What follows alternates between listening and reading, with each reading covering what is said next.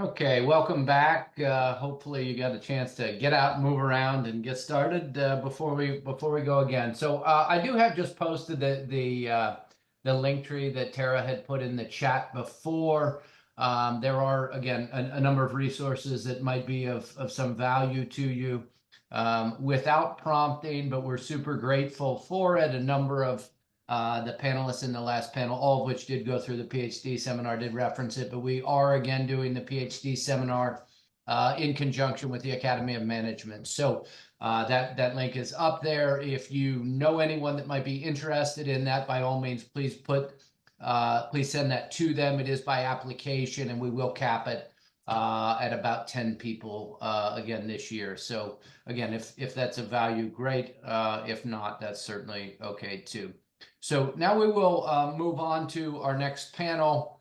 Our next panel is going to be moderated by Rob Pidduck on family business and faith. So Rob, thanks for joining us. Thanks for being pressed into service, and I'll turn it over to you and your panel. Thanks. All right. Well, thanks a lot, Brett. Welcome back from your break, everyone, your brief break.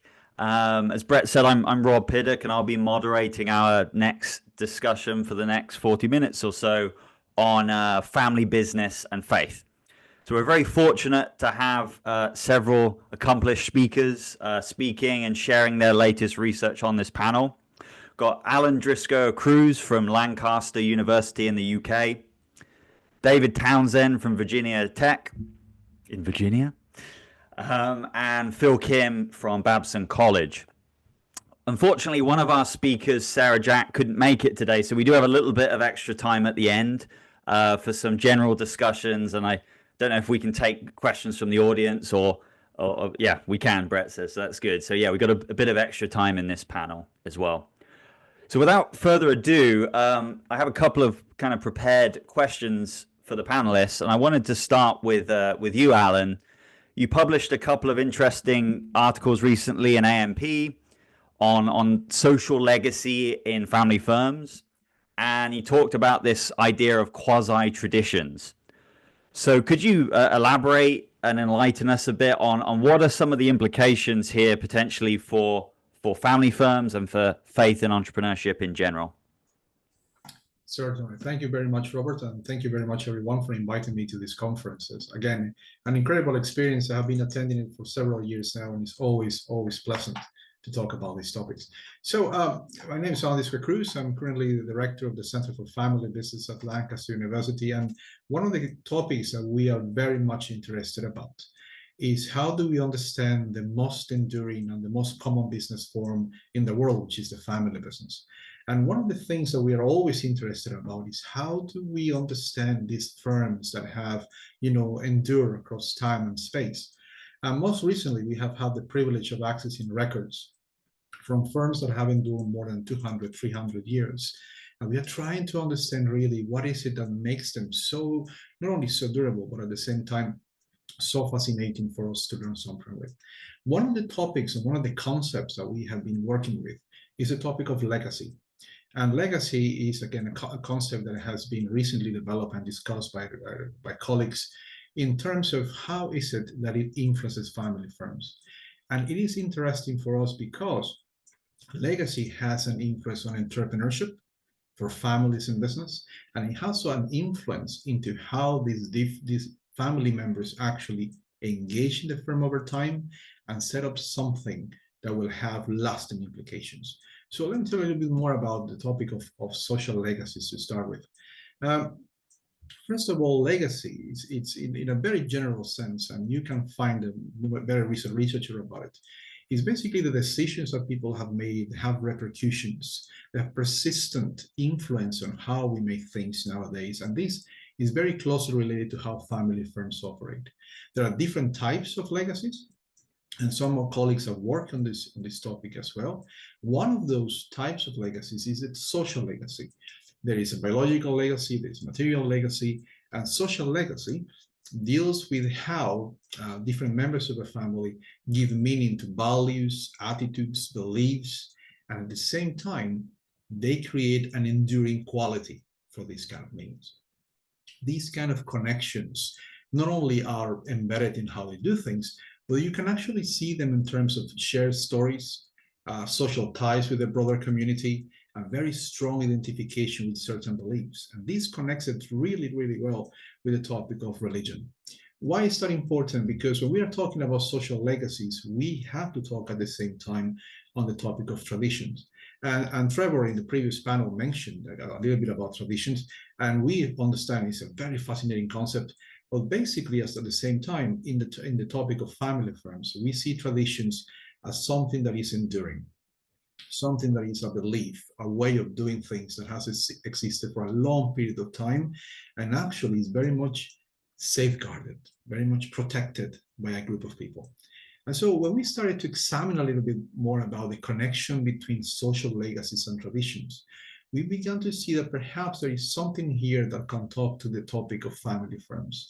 And what we actually began to understand is that family firms, perhaps, again, almost very all long-standing firms, are very akin to traditions in that they are living and they evolve over time.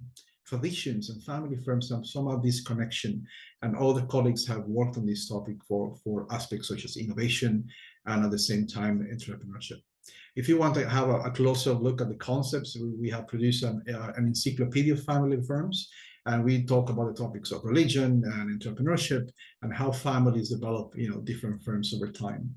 But when we talk about social legacies and being a quasi-tradition in terms of family firms, we're talking that there is a room for families or people involved in a firm to actually bring about different conversations that reflect the context or the changes in the context over time. When we examine firms that have existed for more than 200, 300 years, we are looking at firms that have gone through a lot of crises, through a lot of changes, through a lot of pressures. And therefore, that will have an impact into how they act in different ways. And at the same time, what is it that they prefer to do over time? When we took a look at social legacies, we begin to see their connections with the community.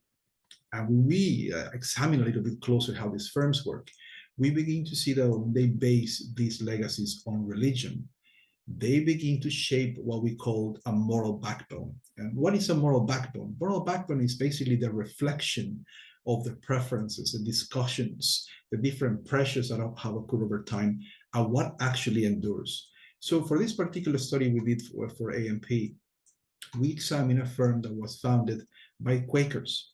In the Quaker tradition, it started in England in the mid-17th century, but at the same time, it also allowed firms to have a standard of behavior in terms of business. And a Quaker tradition has a very strong influence from Christianity, but also it emphasizes aspects such as truth, integrity, and ways of doing business that influence these firms over a long period of time. One of the things that we find in terms of social legacies being part of that quasi-tradition is that it allows firms to develop moral commitments, very strong moral commitments to aspects such as education, healthcare, and at the same time allows them to, over time, despite the different crises, commit their efforts to particular elements that endure over a period of time.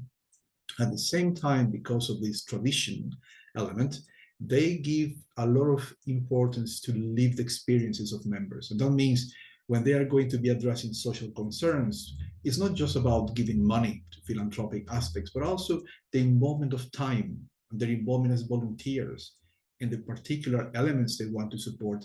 And that allows them to not only uphold the values that they really believe that are very important for the firm, but at the same time make them survive. So over time, when we examine these firms that are very long-lived, you see these moral commitments and this type of importance of the religious traditions influencing how a moral backbone is shaped.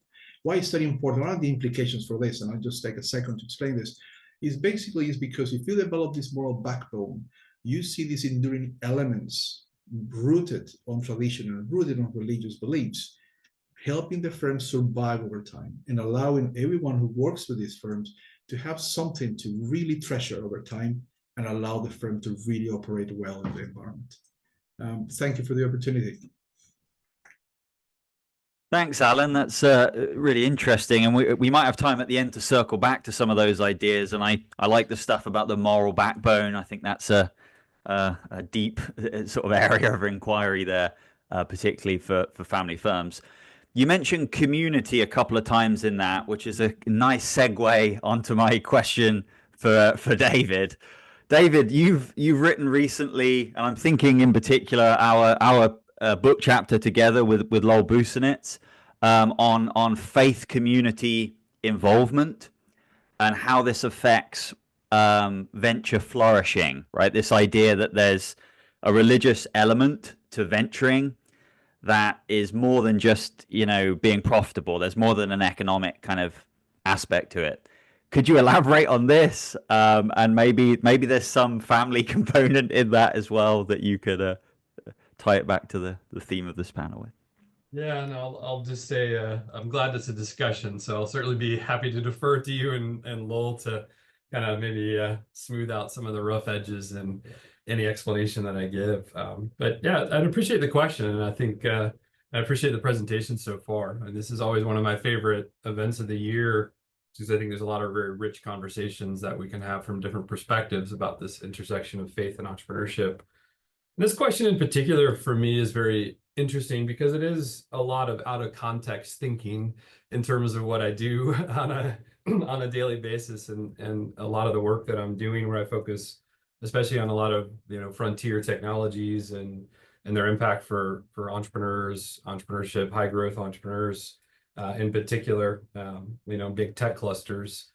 And I think the project that Rob mentioned, we've got a couple that we've been working on and published recently, and this one in particular sort of took into account this question of what happens when there is, some degree of social connection, right? And so you start to move outside of a typical status hierarchy, typical mechanisms of homophily of how people tend to sort themselves into their small social worlds, and so we sort of think about the role of faith communities as a way that you can forge connections between people and groups of people that maybe don't necessarily naturally fit in the same social class, economic class, or something to that degree. Not to say that faith communities themselves are perfect specimens of solidarity across social groups. Certainly not arguing that.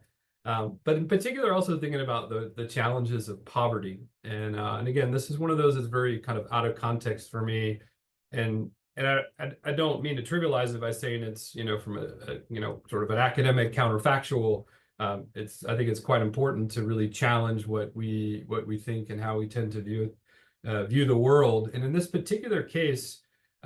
As I really reflected on this question and sort of thought about the implications of the chapter and some of the other work we're doing, it really kind of led me to really thinking about what do we mean by flourishing, and we think about sort of human individual flourishing and venture flourishing. And what I'm about to say, I'll give you a slight caveat here that I don't mean to sound dour or negative as much as this is just, I think, the reality of the world that we live in. But I think there are quite a few instances where there do seem to be, forces at play, if you will, and trends and things that are happening that are starting to really challenge, maybe the foundations of institutions and culture and things that have produced lots of growth and flourishing. And I've been reading a book recently, and I'll also caveat this by saying I am absolutely not recommending the book as one that you should read. I'm reading it mostly because I think I would fundamentally disagree with every premise that the author highlights, but for me, it's trying to understand kind of what's happening, right? So why do there seem to be groups of people, leaders, others that are happy to kind of burn down the institutions and cultural mechanisms, things that have produced lots of flourishing, lots of benefits. And so the book is called The Return of the Strong Gods, and it's not actually about religion per se, but the premise of it is basically that it's a critique of the sort of open society Popper work after World War II, and this idea of that we needed to move beyond all of the nationalistic and kind of contentious forces that led to all these horrible conflicts in the early 20th century. And so the critique is basically that, we've pushed aside all of these strong passions, what he calls the strong gods, in order to create, a society that in his view promotes things like weak values and weak forms of self-interest, and kind of shallow commitments and a lack of solidarity and an absence of strong passions. And so his view that there are things at play that are leading to the return of the strong gods, that there is a big emphasis now on sort of redeveloping these things. And as I sort of connect some of these pieces together with this question around poverty creates a challenging context, I think, for theories of entrepreneurship, because again, the thing that we're starting to highlight is that you don't necessarily, in an impoverished context, you don't have the mechanisms that drive prosperity. You don't have the growth of resources. You don't have necessarily positive trends, things that are emerging in a way that you can sort of ride the wave as an entrepreneur to generate great wealth or great increases in social standing. And so the question then becomes, to what extent in faith communities, in a moment where maybe some of the things that we've seen as positive forces improving the opportunity for flourishing, is there still a possibility of flourishing in the middle of maybe a very contested, contentious era? And in that, started to kind of think through analytically what are some of these things. And I will say that you'll kind of catch a tinge of this sort of Man Gulch style, because we've been talking a lot about that, both personally, professionally. I just teach org theory. I just finished the sense making week and talked about Man Gulch. But in this particular setting, I think faith communities can play a role of promoting a degree of what maybe we wouldn't necessarily call flourishing, but at least persistence and some survival and positive things for a venture, again, sort of mediated through faith communities. And I think the first one is this idea of social transcendence, and the idea that in an impoverished context, again, there's so many forces that sort of build constraints and challenge people and constrain them into the immediacy of the resource challenges and problems that they're facing. And so in a small world sense, faith communities can provide degrees of connectivity across people and situations that allow people to sort of rise above these things, right? So there can be expressions of agency, as kind of a fundamental step. Clearly, faith communities provide solidarity. They provide connections, ways to push back against the alienation of poverty, right? Where you lack, there's deprivation, and you have, limits to what you're able to rely on or accomplish. And then I think one big one we've been thinking a lot about is the idea of security, and the idea that sometimes maybe it's not flourishing of gathering lots of upside positive options, but it is, even to Jeff's point earlier, thinking through the negative side of the equation and managing the possibility of loss and security around affordable loss. And that, provides, faith communities provide means that any one person is facing, different kinds of unexpected risks, that the faith communities can join together and provide a degree of local security for people. And the last one, in terms of salvation, I'll put that purely on the point of escape, and the idea that sometimes there are moments where there's not a whole lot of things we necessarily can do to transform a situation, and faith communities can provide the means for us to pull ourselves out of those circumstances and and kind of move into new vistas, move into new spaces. And so within that, I think faith communities can provide a really important role, and to some degree, highlighting some of the things I certainly disagree with this sort of strong gods, weak gods framing. I think in the middle of a potential, let's say at least contested world that we're living in, where we can't necessarily rely on all the positive technocratic cases of flourishing is still possible in the context of poverty, and faith communities can provide at least a very important set of means and structures and mechanisms to allow people to again to engage in some degree of flourishing, even in the absence of lots of external momentum. So yeah, thank you. Thanks, David. We're doing really good for time, so we're on track. So moving over now to Phil. And Phil, I'm going to read this out verbatim so I don't mess this up. So the question we have for you is, how do you see, ideally, entrepreneurs in family firms and small businesses developing themselves as members of interdependent ecosystems, especially in tech fields? Great, thank you. Thank you, Rob, for asking the question and for leading our panel. Good to be with you, Allan and David. And one of the benefits of coming in last is I get to listen to your great insights and tie them into what I had prepared in my remarks. So I guess I will address this in a few different ways, and knowing that the purpose of this conference is to spur discussion and thinking and new insights. I'll just lay them out there, and hopefully they'll be useful for the audience to reflect more deeply upon. So I'll start with the some basic facts that by some estimates, 3/4, maybe 80% of the world's population have some kind of faith orientation. And again, by some estimates, at least half, maybe 2/3 of the businesses that have been started or operate have some kind of family ownership structure in place. So it is not surprising that the two will overlap. And the question is, to what extent do they overlap? Are they synergistic? Are they recursive? Are they mutually supportive and dependent? So within the context of ecosystems, I guess it's helpful to think of something that's more concrete. So I would ask everyone to just imagine what it's like for these two to be intersecting in your own communities where you live. And you can draw whatever geographic boundaries that are relevant for you.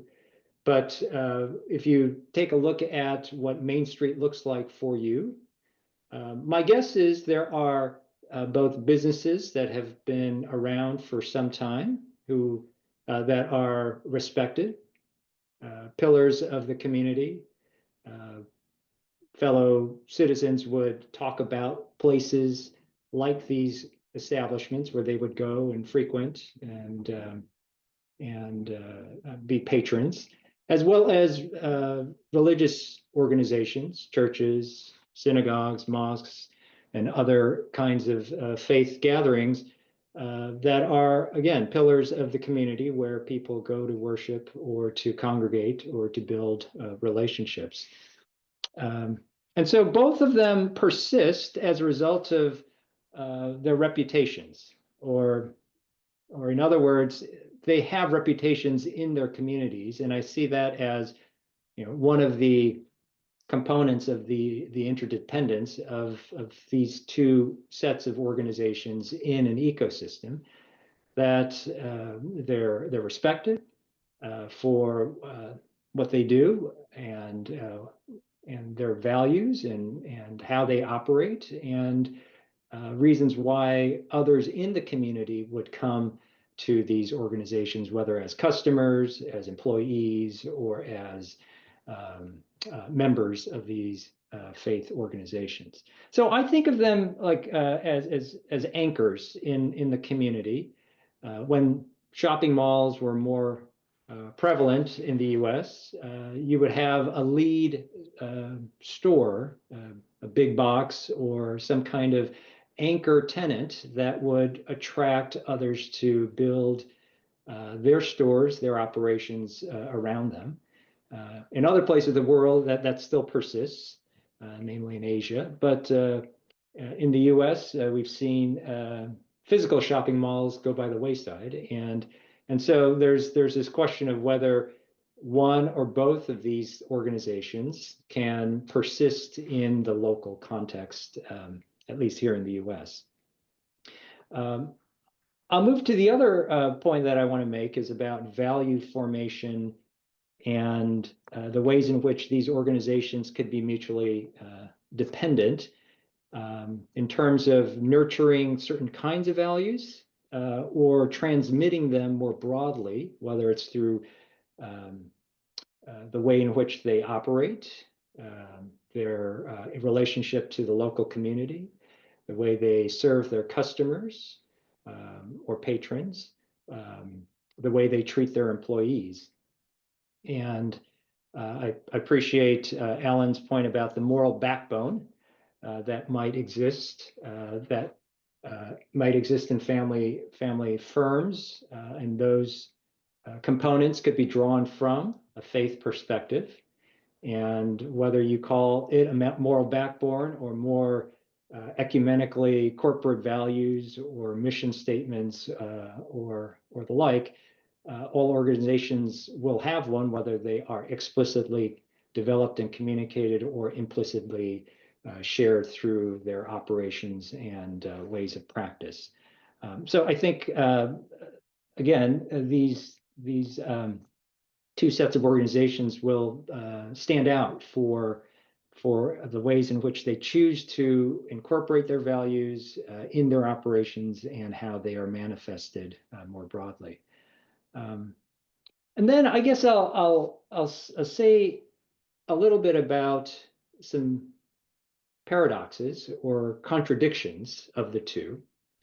And I'll start with the first one being that when you think of family firms as well as faith organizations in a locality, again, on Main Street, they're there because there's a sense of tradition and preservation that if you have a long-standing family business, multi-generation, it's been around because they've wanted to do things a certain way.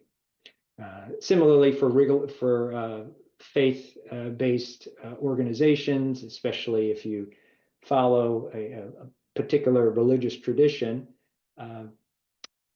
it's very likely that there is a emphasis on tradition that goes back many hundreds, thousands of years, and innovating on those traditions might be considered suspect initially and resisted by the majority. But when it comes to entrepreneurship, in many ways, it's the opposite. We're coming up with new ideas. We want to be creative, address an unmet need in the marketplace, introduce a new technology or innovation. And I see those two somewhat in tension.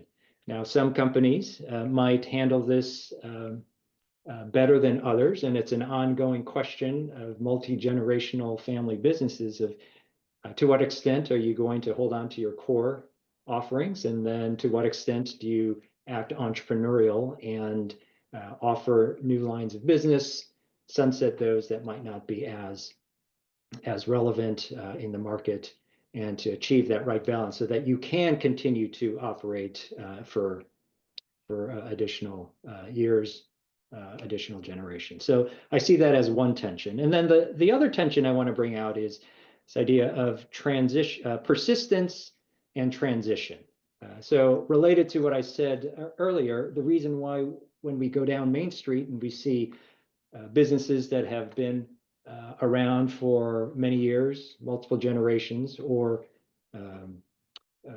places of worship that have been pillars in the communities because they haven't moved on, that there's a sense of continuing what has existed, and there's no real, shall we call, exit strategy that is more prevalent as an option for growth in the entrepreneurial sense. And so if you're in a family business, you can choose to continue on, pass it down to your children or later generations. But in some cases, the children don't want to carry on, and so there's a need to exit. Or perhaps you are achieving growth and you've taken on investors, and then there's the question of how the investors will want to see the future trajectory of the business take part, and perhaps they would be pushing for some kind of an exit strategy so that they too can capitalize from their gains. And so I see this as another tension to be explored. I'll end with a story from my own community of an individual that I didn't realize lived in where my community. But when I read the local paper recently, I was reminded about his actions. He was a man of faith, and he ran a family business. And a couple of his examples of what I've just shared with you were recounted by a former employee who said that at a very young age, this gentleman hired him without really any experience that would be relevant, but was willing to take a risk, hired him, paid him a good paying job, offered him a loan to purchase a home when he started a family, and just all these other things that you would not maybe expect an employer to do. In the other case, an immigrant family moved in. They were looking for a place to live, and it so happened that his home where he grew up was up for sale, and the family was able to make that sale to the immigrant family at below market rates. And so just these little things that might not be as apparent were coming to the surface. But the most famous example is that his company suffered a tragic fire back in 1995, right before Christmas, and 3,000 employees potentially could have been laid off because the entire operations was affected. But he said very publicly that he wouldn't do that.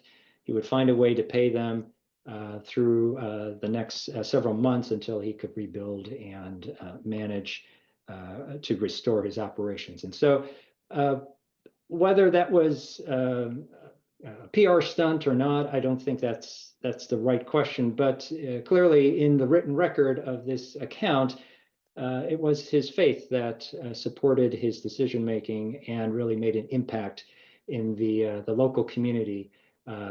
So much so that many people still bring up this story about him and his actions and how it was so impactful for their lives. So I'll end there with my remarks. So thank you again for this opportunity to share them. Well, thanks, Phil. Thanks for your insights and for sharing that story at the end as well there. In the last few minutes of the session, it's basically an open floor for us to discuss any interesting areas or ask any interesting questions that we might have. Corey was kind enough to forward me a minute ago a question from the audience, which I think is especially interesting. And that is, after listening to Tom Lumpkin earlier on address civic wealth in the first panel, to what extent do family business firms need faith-based organizations to build civic wealth in a region or a community? So I'm asking that, I guess, to the panelists, and I've got a couple of thoughts of my own as well to share if it isn't a question that immediately evokes an answer. I think you have to tackle that one first, Rob, and then we'll piggyback off of your insights.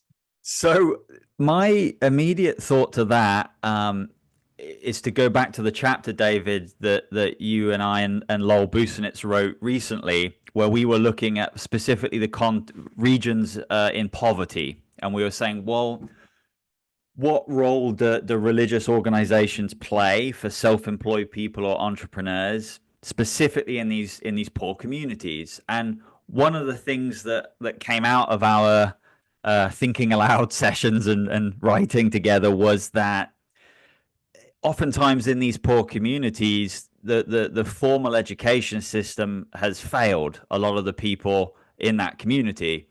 And so faith-based communities, so that could be church, it could be mosque or whatever. It doesn't necessarily have to be that, but just a faith-based organization can offset some of these educational kind of deficits or issues and give people an opportunity to mix with people from different backgrounds, in their church, kind of opportunities for public speaking, for reading, Bible study, things like this, and help them to build kind of these skills generally and build their confidence and their sort of capabilities. Maybe a bit of evangelism too, like learning how to preach your faith and get rejected constantly, right? And be able to debate this. So basically, my long waffly answer, and feel free, David, to jump in, is I think the civic wealth can kind of grow from this context because religious organizations give another avenue that's often overlooked in terms of building skills. I don't think I can expand any useful ways on that as much as say I really appreciate the question too.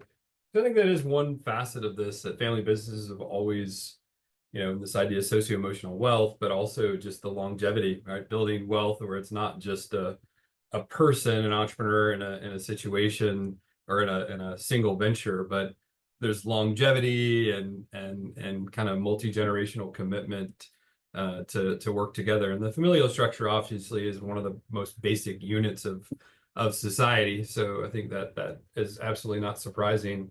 But I do, Tom's already heard me say this, and I've certainly told Sophia, one of the things I really appreciate about the work they're doing is challenging us to think about this idea of wealth at a community level. And so I think for sure that there's massive importance in that, and so much of economic development theories and everything else, thinks about interventions and other ways, but building family businesses, building local communities, building, some like local small world structures where, we do think about, wealth generation and growth in a collective sense of just, multiple people benefiting, I think is really important. So yeah, I think great points, Rob.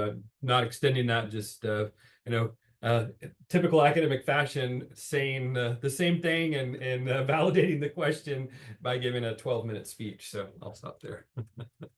So thanks, David. Appreciate it. Yeah. Or just someone asks you a question and you go in politician mode and talk about whatever it is you wanted to talk about anyway.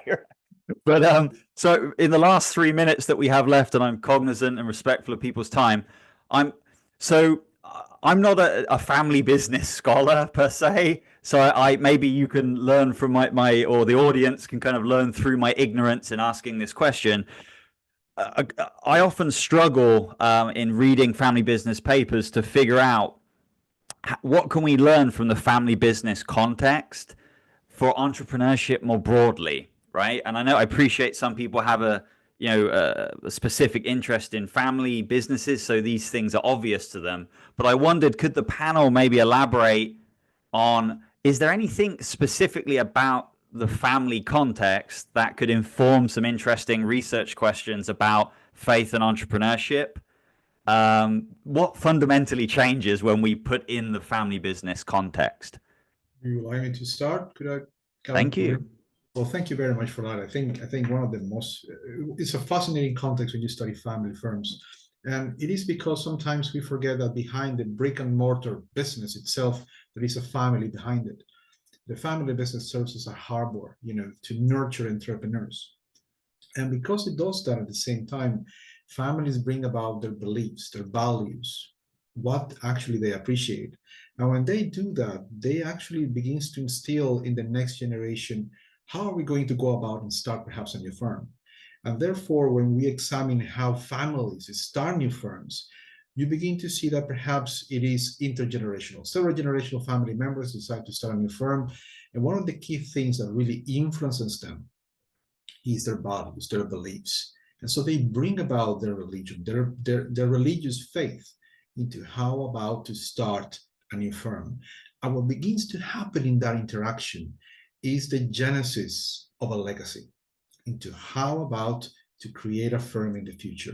So when two generations begin to play together as to how to create resources, how do we start a new firm, how to gather information, how do we go about and shape this new venture, you begin to shape the decisions that might happen to influence, again, another generation in the future. So you begin to create that intergenerational influence based as well, very much influenced by religious beliefs. So you have that context that is, again, extremely rich into entrepreneurship and where religion has a very important role. So religious faith matters for these families and in business. Yeah, interesting. And the legacy element there and is maybe the overlap. But thank you for your time, panelists, and thank you for the audience for giving us those questions. Brett, is there any other comments or questions before we move on to the next panel? No, other than thank you to all of you. We put panels together, and sometimes they fit together really well. Other times we end up asking questions that end up a little distant from. But I appreciate everyone working through and contributing really helpful conversation.